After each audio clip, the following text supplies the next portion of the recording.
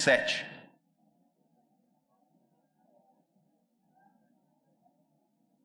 Marcos 10, verso 17. E nós vamos ler até o verso 31. Diz assim a Sagrada Escritura, palavra de Deus, revelação divina para nós. Marcos 10, 17. Pondo-se Jesus a caminho, um homem correu a seu encontro e, ajoelhando-se diante dele, perguntou-lhe: Bom mestre, que farei para herdar a vida eterna? Jesus respondeu: O que você me chama de bom? Ninguém é bom a não ser um, que é Deus. Você conhece os mandamentos? Não mate, não cometa adultério, não furte, não dê falso testemunho, não defraude ninguém, honre o seu pai e a sua mãe. Então o homem respondeu: Mestre, tudo isso tenho observado desde a minha juventude. E Jesus, olhando para ele com amor, disse: Só uma coisa falta a você. Vá, venda tudo o que tem, dê o dinheiro aos pobres, e você terá um tesouro no céu. Depois venha e siga-me.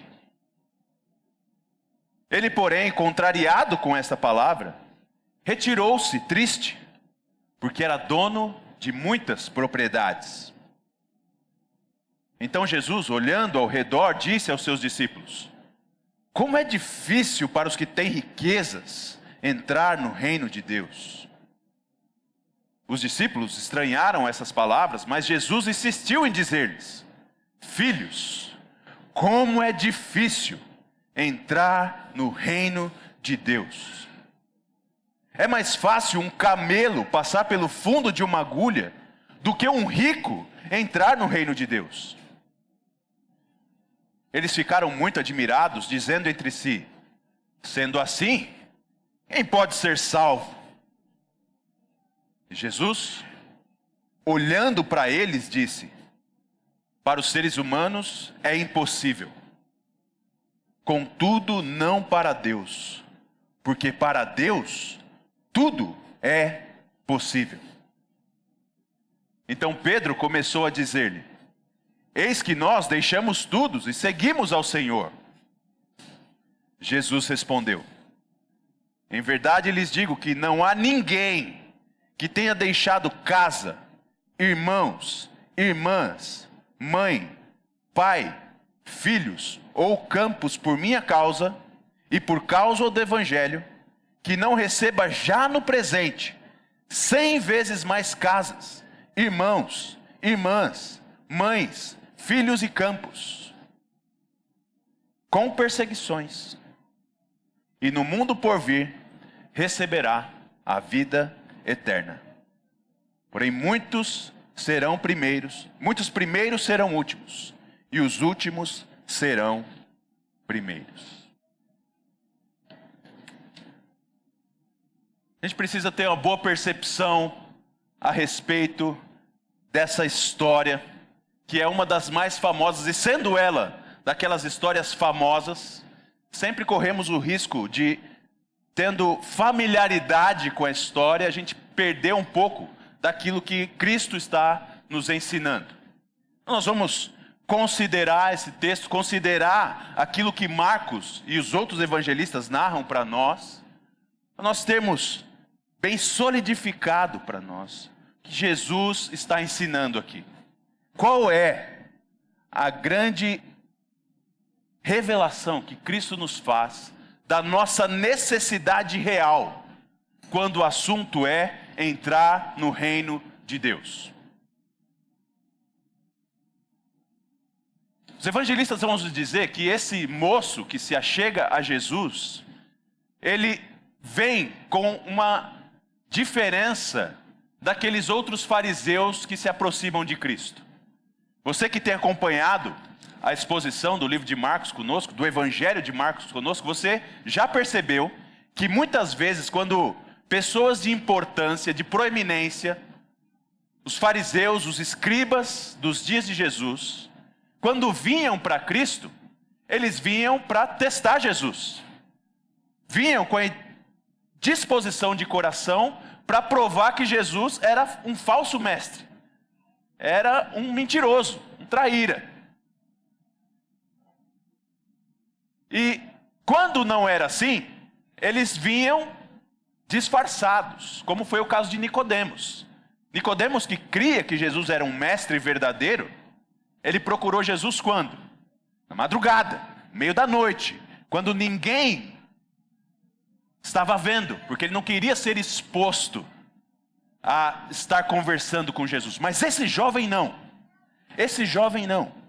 Esse jovem, ele não vem para testar Jesus, e ele não vem escondido de ninguém. Mas enquanto Jesus está caminhando, e nós sabemos que Jesus caminha com a sua trupe, com os seus seguidores, esse jovem vem correndo, e ao encontrar Jesus, ele se ajoelha, ele se prostra diante de Jesus. Ele se prostra diante de Jesus. Ele se humilha diante de Jesus. Esse jovem, ele tem interesse em ouvir Jesus, em ouvir a sabedoria de Cristo. Lucas vai dizer que ele era alguém de importância. Alguém de importância. Alguém que era respeitado na região da Judéia. E ele mesmo assim vem e se humilha diante de Cristo.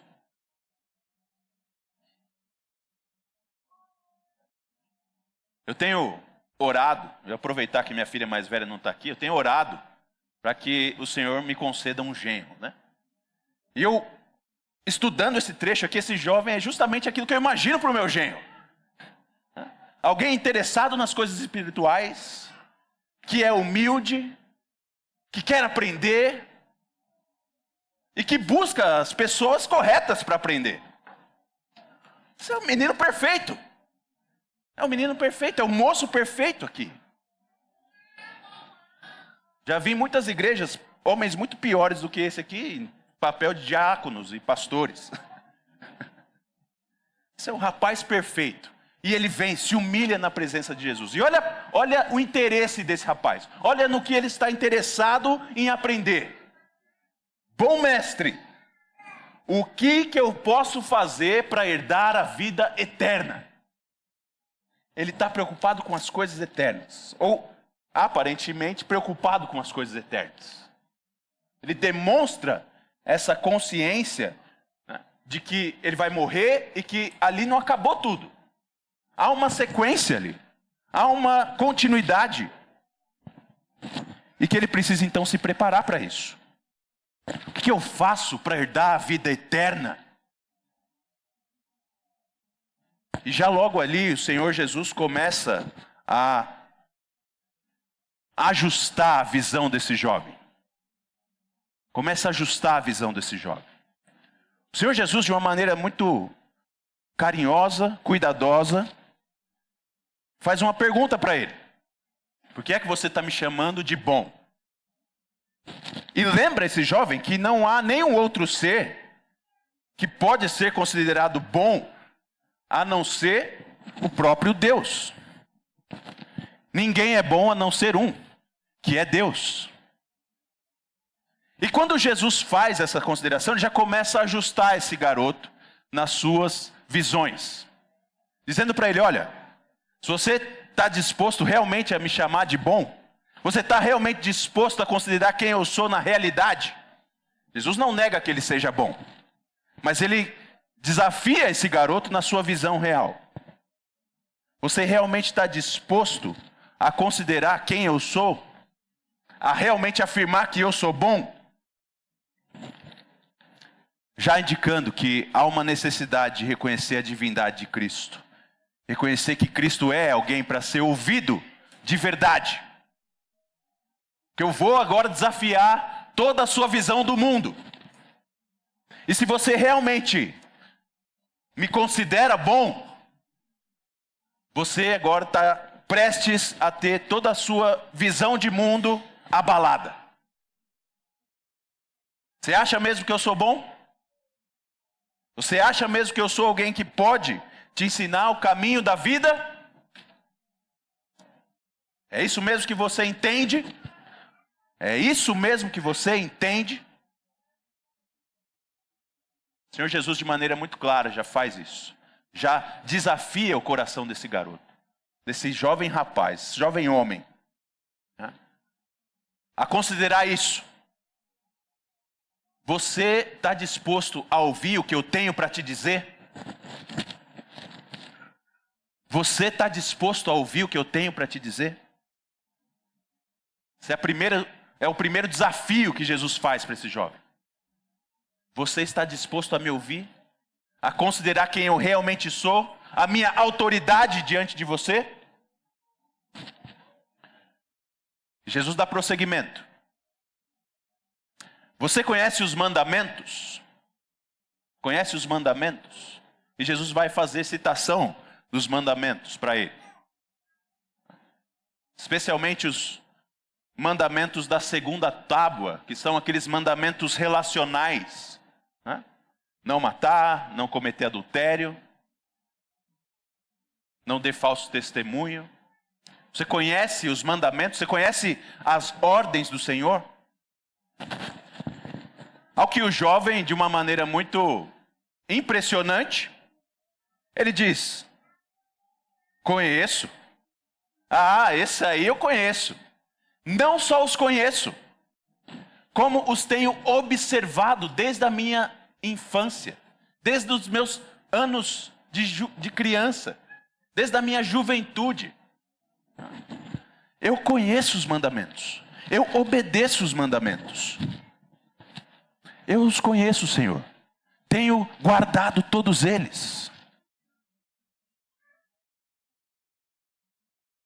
Uma afirmação muito cheia de convicção, muito convicta. Mas imediatamente ele afirma para o Senhor Jesus que ele obedece os mandamentos. Ele obedece os mandamentos.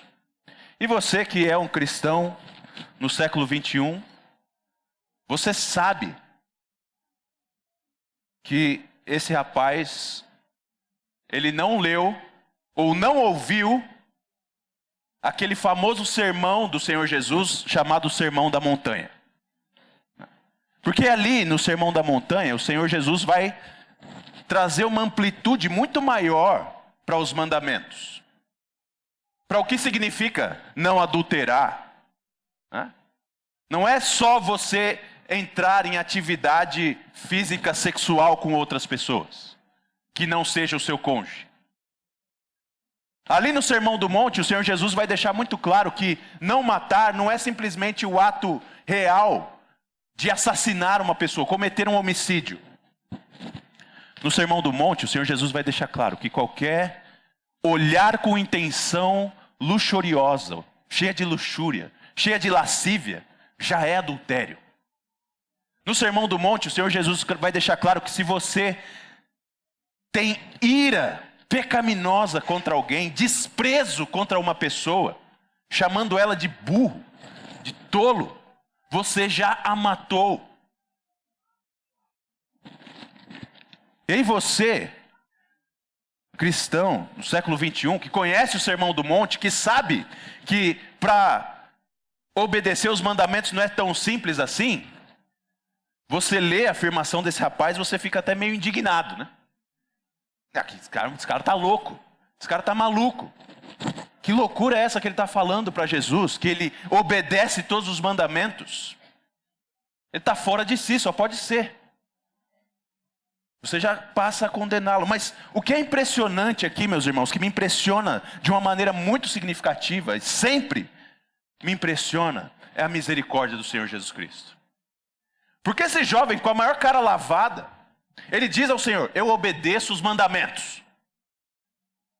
Cheio de convicção, cheio de justiça própria, cheio de uma visão exaltada de si mesmo, ele diz: eu obedeço os mandamentos. E Jesus não o repreende por isso. Jesus não o repreende por isso.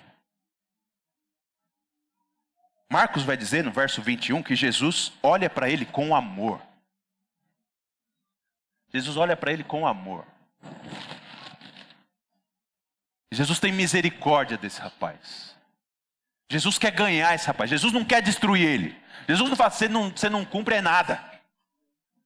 Você não obedece é nada. Jesus quer ganhar ele. E para ganhar ele, Jesus vai revelar o coração dele. Jesus vai tirar de dentro dele aquilo que está lá. Jesus fala, você também está enganado pelo seu exterior. Como você tem enganado todas as pessoas aqui, você também está vivendo na ilusão da sua justiça própria. Então sabe o que eu vou fazer agora? Eu vou tirar o que está dentro do seu coração. E vou mostrar para você o que está lá dentro. Vou mostrar para você o que está dentro do seu coração. E Jesus diz para ele então, só falta para você uma coisa. Falta para você uma coisa. Vá, vende tudo o que você tem e dê aos pobres. Vá, vende tudo o que você tem e dê aos pobres. E depois, venha me seguir. Vende o que você tem, dê aos pobres e me siga. Essa é a ordem que o Senhor Jesus Cristo dá para esse rapaz. Se você quer ganhar a vida eterna, se desfaça dos seus bens, dê aos pobres e me siga. E nesse momento, o que acontece com esse jovem rapaz? Quando ele é confrontado com a realidade do coração dele, bate a tristeza, bate a bad. Ele fica mal. Quando ele é confrontado a deixar as suas riquezas, ele fica triste, fica contrariado. Mas eu tenho obedecido os mandamentos, eu tenho que vender as minhas posses, vender tudo que eu tenho para dar para os outros, seguir-te, seguir você. E ele vai embora, triste, vai embora, abatido, contrariado. Contrariado.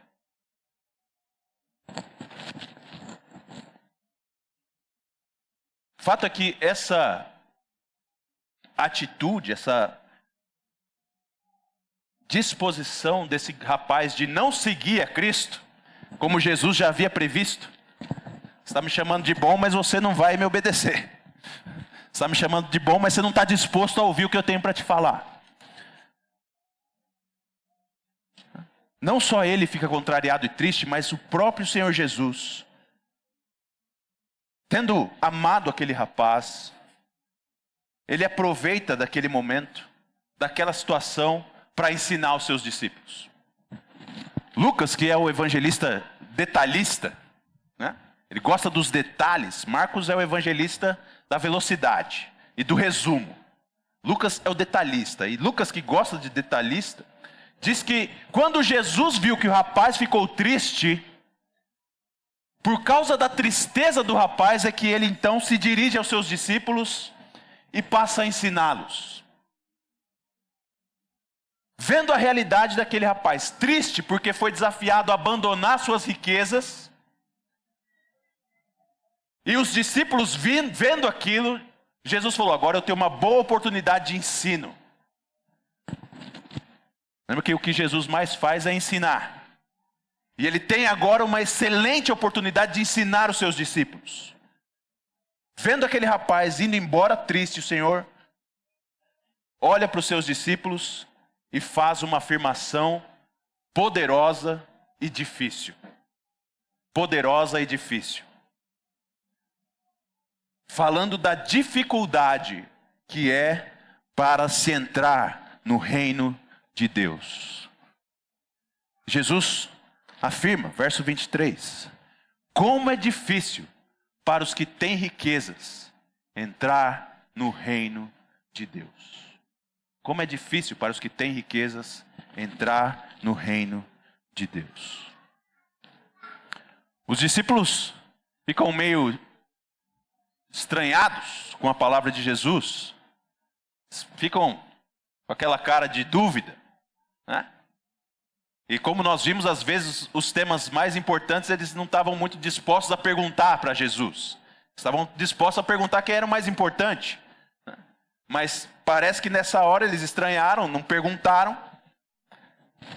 Mas Jesus, percebendo a oportunidade de ensino que ele tinha, ele faz mais uma vez a afirmação: filhos, como é difícil entrar no reino de Deus.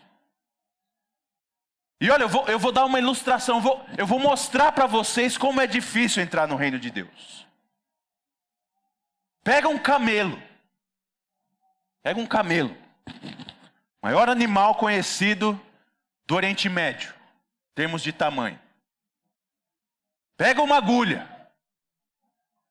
É mais fácil um camelo passar no buraco de uma agulha do que um rico entrar no reino de Deus.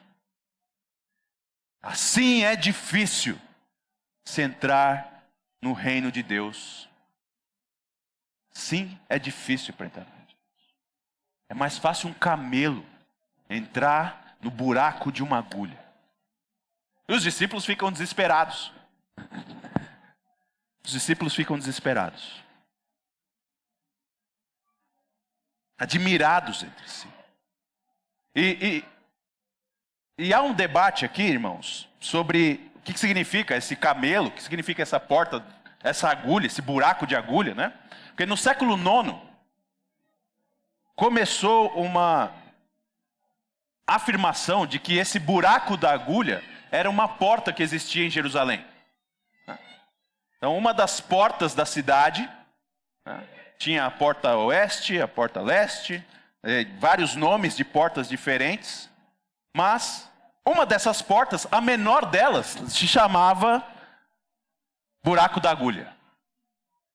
E essa afirmação que surgiu no século IX da história cristã, dizia justamente que, sendo essa porta a menor delas, chamada de buraco de agulha, um camelo não poderia entrar naquela porta sem que ele fosse completamente livre das suas cargas e entrasse ajoelhado naquela porta.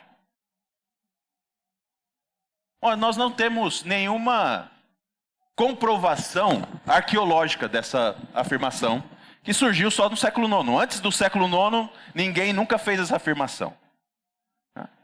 Então, seja lá se Cristo está falando realmente do buraco de uma agulha, de costura, ou dessa porta, o fato é que os discípulos ficaram muito espantados com essa afirmação de Jesus. A reação deles é um negócio assombroso. Quando eles ouvem Jesus dizendo assim, é mais fácil um camelo passar no buraco da agulha do que um rico entrar nos céus, eles ficam desesperados. E olha a pergunta que eles fazem. Verso 26. Sendo assim, quem pode ser salvo? Ou seja, eles tinham perfeitamente diante de si que era impossível um camelo entrar nesse tal buraco de agulha. Seja ele a porta de Jerusalém, ou seja realmente a agulha de costura. Não dá. Jesus, se é esse nível de dificuldade, não dá. Ninguém pode ser salvo. Como é que é o negócio? Então, o desespero toma conta dos discípulos. E a pergunta inicial da conversa, que era: como eu faço para herdar o reino dos céus? Agora se transforma em: será que alguém consegue então ser salvo?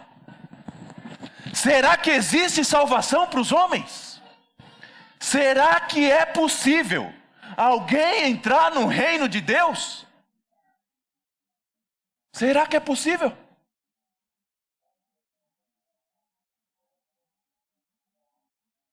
Você nota a mudança do cenário? Um rapaz que chega cheio de confiança, fala: eu tenho feito já tudo que eu posso, tem mais alguma outra coisa adicional aí que estou pronto para fazer. Se torna nessa cena onde o desespero bate e eles perguntam: existe a possibilidade de alguém ser salvo? E Jesus, na sua sabedoria, na maneira mais autoritativa e misericordiosa que ele pode fazer, ele levou os discípulos justamente onde ele queria. E naquele cenário onde se começou, cheio de autoconfiança para a salvação, Jesus chega ao ápice da história para dizer que é impossível aos homens serem salvos por si mesmos. Para os homens, para os seres humanos, é impossível. É difícil entrar no reino de Deus. É muito difícil. Quer saber de uma coisa? É impossível. É impossível. Porque os seres humanos estão agarrados aos seus ídolos. Eles estão confiantes nas suas ações externas. Eles estão confiantes nas suas riquezas, nas suas posses.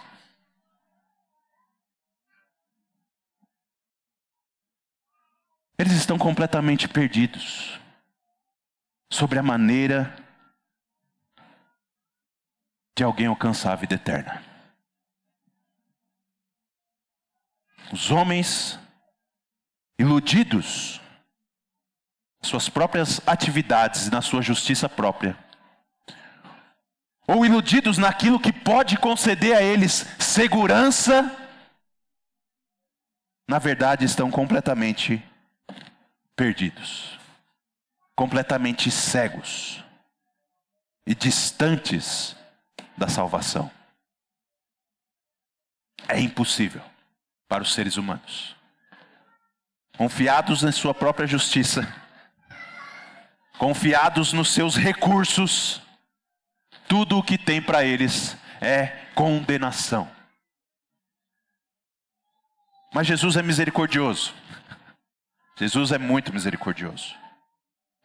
E assim como ele, amando aquele rapaz, deu para ele a revelação do seu coração, Jesus agora revela não só o coração dos seres humanos, mas revela o coração do Senhor. E o poder do Senhor. Porque ele vai dizer, para os humanos é impossível, mas para Deus não há impossível. Para Deus não há impossível. E Deus quer salvar. Deus quer salvar. Deus vai salvar. Deus está salvando.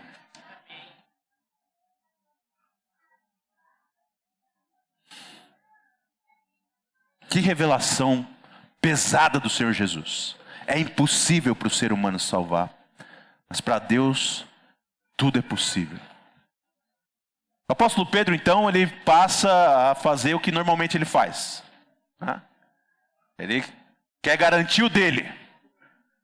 Ele quer garantir o dele. E ele diz então, Senhor, nós deixamos tudo e seguimos você. A gente viu o que o Senhor falou para o rapaz que ele tinha que fazer. Ele tinha que vender tudo que ele tinha, dar para os pobres e seguir o Senhor.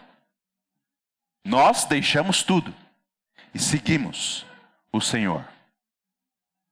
E aí Jesus então, irmãos, vai fechar a história, trazendo à tona exatamente a realidade da salvação. Tudo aquilo que nós desejamos, almejamos, tudo aquilo que nós estimamos e queremos, só pode ser verdadeiramente alcançado e pleno em Jesus de Nazaré. Tudo que nós estimamos e queremos, só pode ser verdadeiramente alcançado nele. Olha o que Jesus vai dizer para Pedro, verso 29. E não só para Pedro, para os seus discípulos. Verdade lhes digo, que não há ninguém que, tendo deixado casa, irmãos, irmãs, mãe, pai, filhos ou campos, por minha causa e por causa do Evangelho, que não receba já, no presente século, 100 vezes mais casas, irmãos, irmãs, mães, filhos e campos, com perseguições, e no mundo por vir, receberá a vida eterna. Meus irmãos, Jesus deixa muito claro para os seus seguidores, naquele momento, a exclusividade da sua pessoa e da sua obra. Tudo que vocês desejam, tudo que vocês almejam, tudo que vocês valorizam, vocês só vão ganhar se abrirem mão e buscarem a mim. E vocês podem ter a certeza de que receberão em mim. Por isso, parem de se agarrar a essas coisas. Busquem a mim. O que Jesus está fazendo aqui, irmãos, é deixando claro para os seus discípulos a mesma lição que ele deixou claro para aquele jovem rapaz. Que o que nós precisamos de verdade, a grande necessidade que nós temos para a salvação, é abandonar os nossos ídolos e confiar somente no Senhor, na sua graça e na sua misericórdia. Enquanto nós estivermos confiados em nossa justiça, ou confiados naquelas coisas que nos dão uma sensação de segurança, uma sensação de satisfação, uma sensação de prazer, e essas coisas estiverem no lugar de Deus, no lugar de Cristo, nós estaremos enganados e condenados. O Senhor Jesus vai dizer, e Ele faz isso usando a riqueza, que é o grande elemento que nos engana, dando falsa sensação de segurança, falsa sensação de prazer, falsa sensação de relacionamento pleno.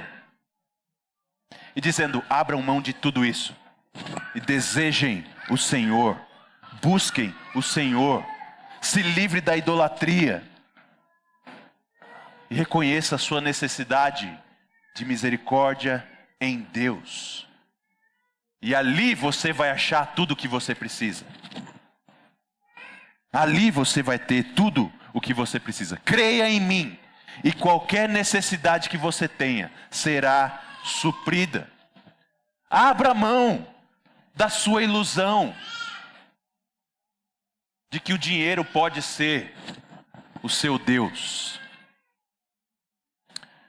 de que o dinheiro é o seu prazer, de que o dinheiro é que te dá plenitude. Meus irmãos, que palavra difícil do Senhor Jesus Cristo. Que palavra difícil do Senhor Jesus Cristo. Porque nós aqui 2000 anos atrás ainda estamos completamente inebriados e enganados pelo poder do dinheiro, pela idolatria do dinheiro. Entre nós aqui, cristãos, que sabemos que o amor ao dinheiro é a raiz de todos os males.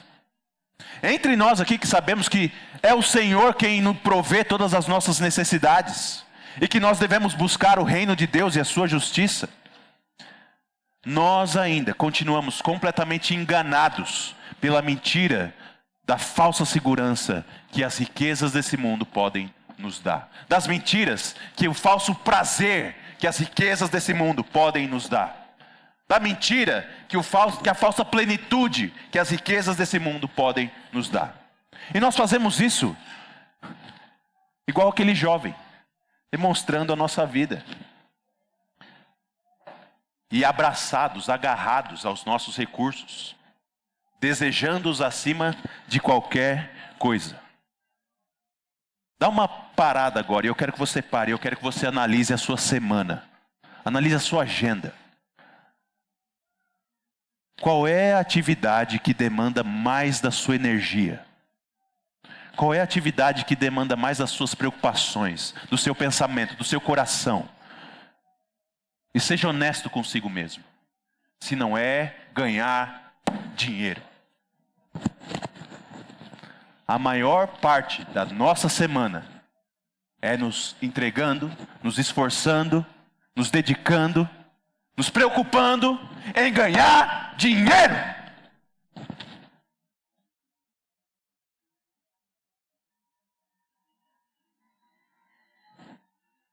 Porque nós confiamos nesse ídolo maldito que tem tomado o nosso coração, tomado o lugar de Deus na nossa devoção.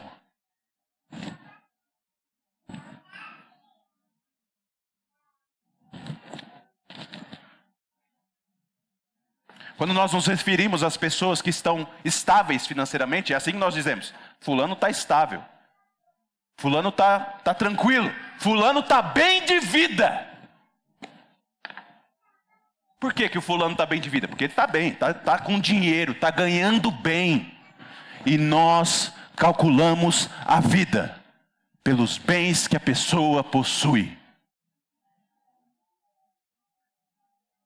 Meus irmãos, nós temos visto que nesse capítulo 10, o Senhor Jesus está justamente virando de ponta cabeça a maneira que nós avaliamos o mundo.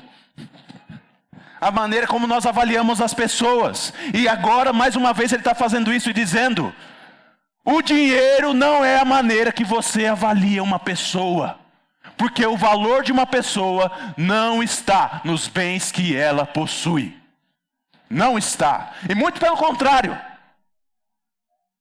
É mais fácil um rico passar pelo buraco de uma agulha do que ele entrar no reino de Deus. Meus irmãos, Jesus não está condenando nós termos bens. Jesus não está dizendo que todo o crente devoto precisa fazer voto de pobreza. Não, não é isso que ele está fazendo. Mas ele está chamando a realidade de que o dinheiro é um ídolo. E você precisa entender isso. E avaliar se ele é um ídolo para você. Porque se ele for, você precisa jogar ele fora. Assim como algumas semanas atrás, nós vimos o Senhor Jesus dizendo: se a tua mão te faz pecar, arranca ela fora. Se o teu olho te faz pecar, arranca ele fora. Se os teus pés te fazem pecar, arranca ele fora. Se o dinheiro é o seu ídolo, joga ele fora. E siga a Jesus, porque é nele que há vida eterna. Só em Jesus tem vida eterna. Só em Jesus tem vida plena. Sabe por quê, irmãos? Porque Jesus é o rico que deu a sua riqueza para você. Ele é aquele exaltado, Criador do céu e da terra, que se fez pobre, se fez humilde, para que você receba muito mais mães, muito mais irmãos, muito mais casas, muito mais campos, e receba a vida eterna. Ele fez isso por você, por mim. Por isso a gente precisa reconhecer a verdadeira riqueza. E o que é a salvação? É Jesus de Nazaré. E Ele somente, exclusivamente e totalmente. O dinheiro não pode salvar. O dinheiro não pode salvar você.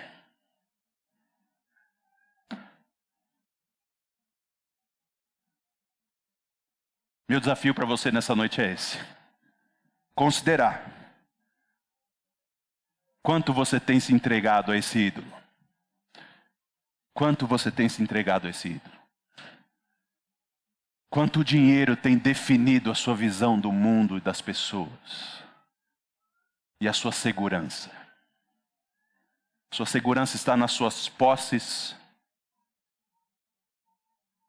no seu planejamento financeiro de aposentadoria, ou a sua segurança está em Jesus de Nazaré, aquele que, dono de tudo,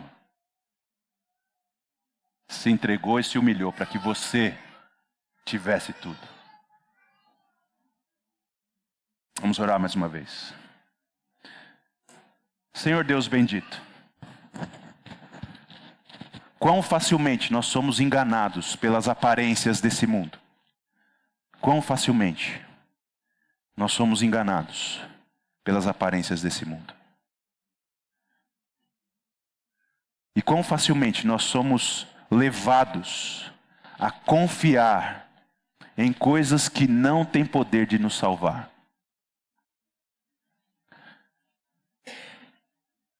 Pai, nessa hora eu quero clamar a sua misericórdia e o seu perdão. Não permita, Senhor, que nós sejamos como esse jovem que amou mais o dinheiro que a Jesus Cristo. Pai, livra-nos dessa idolatria. Livra-nos de confiarmos a nossa vida em coisas fúteis, como prata e ouro. E ajuda-nos a desejar aquele que é o dono da prata e do ouro. E a confiar naquele que criou a prata e o ouro. E que promete para nós que nele nós nunca teremos falta de nada. Senhor, como a nossa fé é pequena e fraca. Como nós nos apegamos às mentiras que os recursos materiais dessa terra, dessa vida passageira, contam para nós. E nós ficamos desesperados. Desesperados de perder ou desesperados para ganhar. E a idolatria é a mesma. É a confiança de que são os recursos quem nos mantém, não o Senhor. Pai, tem misericórdia de nós. Tem misericórdia de nós. Livra-nos dessa ilusão. Atrai-nos ao Senhor, porque para nós isso é impossível. Mas para o Senhor, tudo é possível. O Senhor pode nos transformar naquilo que nós não somos. Se nós estamos completamente enganados e guiados pela justiça própria, pelo poder dos recursos humanos, terrenos, materiais, passageiros, nós precisamos e clamamos agora, nesse momento, que o Senhor nos livre dessa idolatria e nos salve e nos dê a vida eterna no poder do Teu Espírito. Tem misericórdia de nós, Pai. Nos mostra a beleza, a excelência de Jesus Cristo, o nosso Salvador. Não nos deixe, Pai, enganados na nossa idolatria. Não nos deixe morrer na nossa idolatria. Mas salva-nos, porque para nós é impossível. Mas para o Senhor, tudo é possível. E nós queremos então, nesse momento, confiados somente no Senhor, dizer: tem misericórdia de nós, pecadores. Salva-nos no nome de Jesus de Nazaré. Amém.